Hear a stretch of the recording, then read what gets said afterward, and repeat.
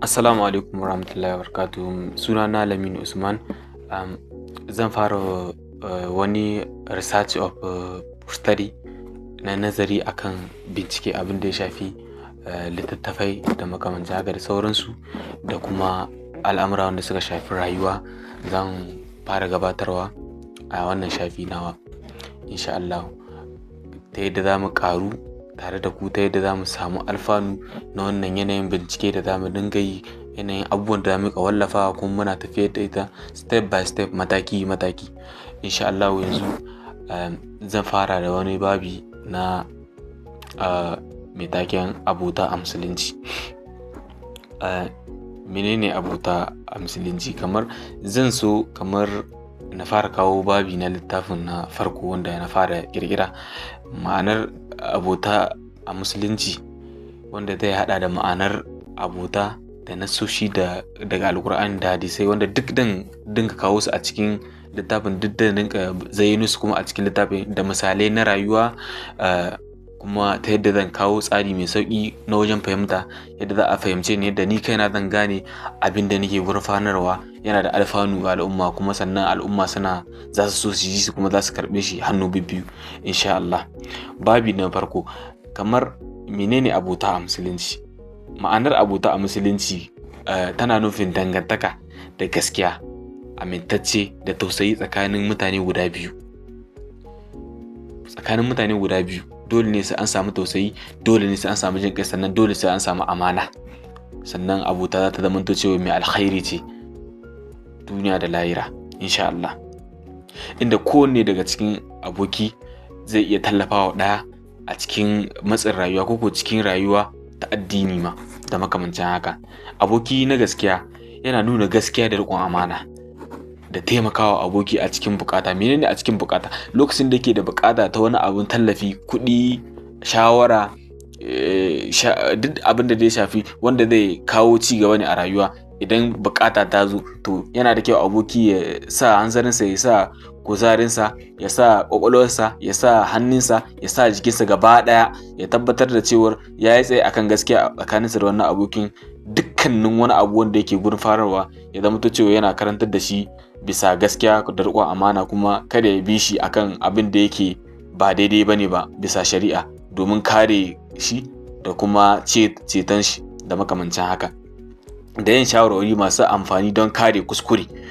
Saboda yana da amfani, zai yi kana da aboki amma ba zai iya ma jan kunnen ka ba za ka iya aikata wani kuskure ba zai iya ma magana ba. Misali, za ka iya yin wani abu wanda yake na sabo ne, ba zai iya ma tsawa ba zai iya ma nusar da kai, ma nasiha ba. Wannan ba aboki bane, kuma ba abokantaka bace mai alkhairi. Wannan abokantaka ma ana kiranta ne da mai fitina. Duk abokin da duk irin abokantakar da gaskiya ba za ta zo ba a bita da makamancin haka, to ba ta da amfani ko kaɗan. Yawwa, sai zan fara kamar zayyano irin kamar nasoshi daga cikin alkur'ani. Kamar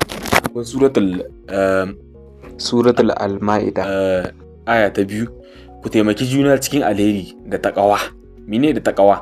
Da tsoron Allah. Misali, kada riya ta shigo ko wani abu ka ce ya zama na kai ba dan Allah ba, shine ake nufi da ma'anar da taqwa. Kada ku taimaki juna akan laifi da rashin biyayya. Menene ma'anar kada ku taimaki juna akan laifi?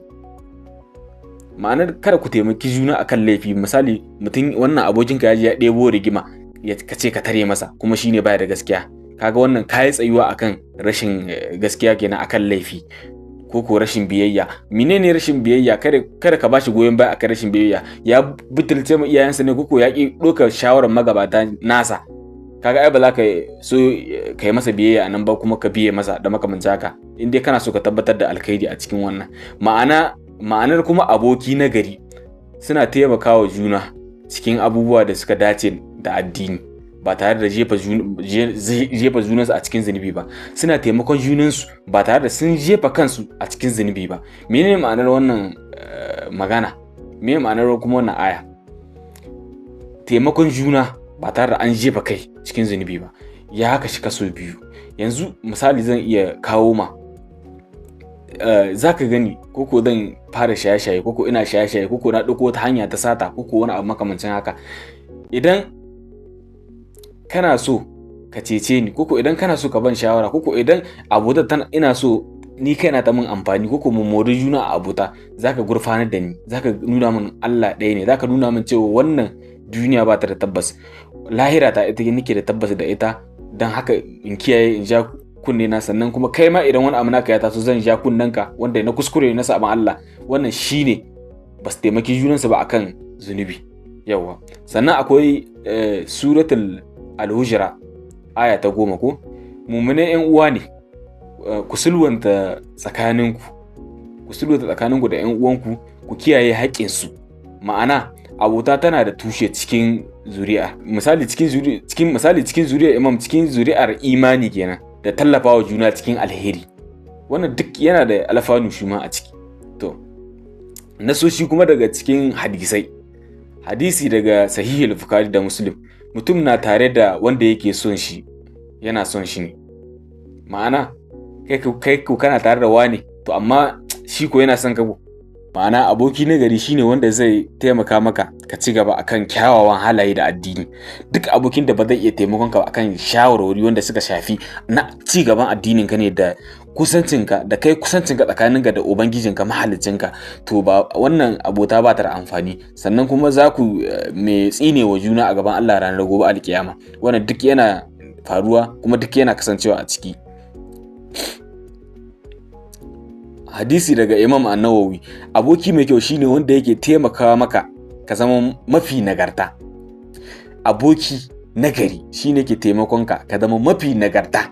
Mene ma'anar mafi nagarta? Misali shi bai ki bai zamana shi duk wani abu inda zai sa kai samu nagarta a rayuwarka, to zai zake ma a gaba. Ma'ana kenan ya guji banna a kanka, ya guji banna a tare da kai kenan.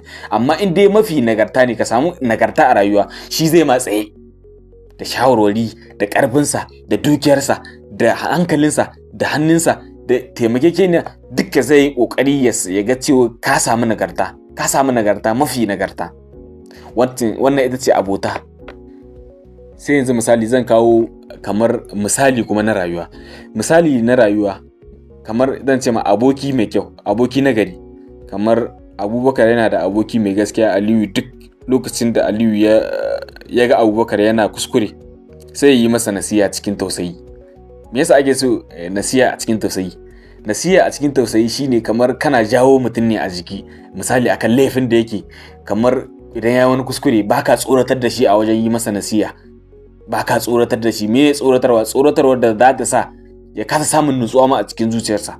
Wannan shine ake son nasiha mai tausayi da makamancin haka da dai sauransu. Wannan yasa saboda yana yi masa nasiha cikin tausayi, yasa Abubakar ya gyara halayensa.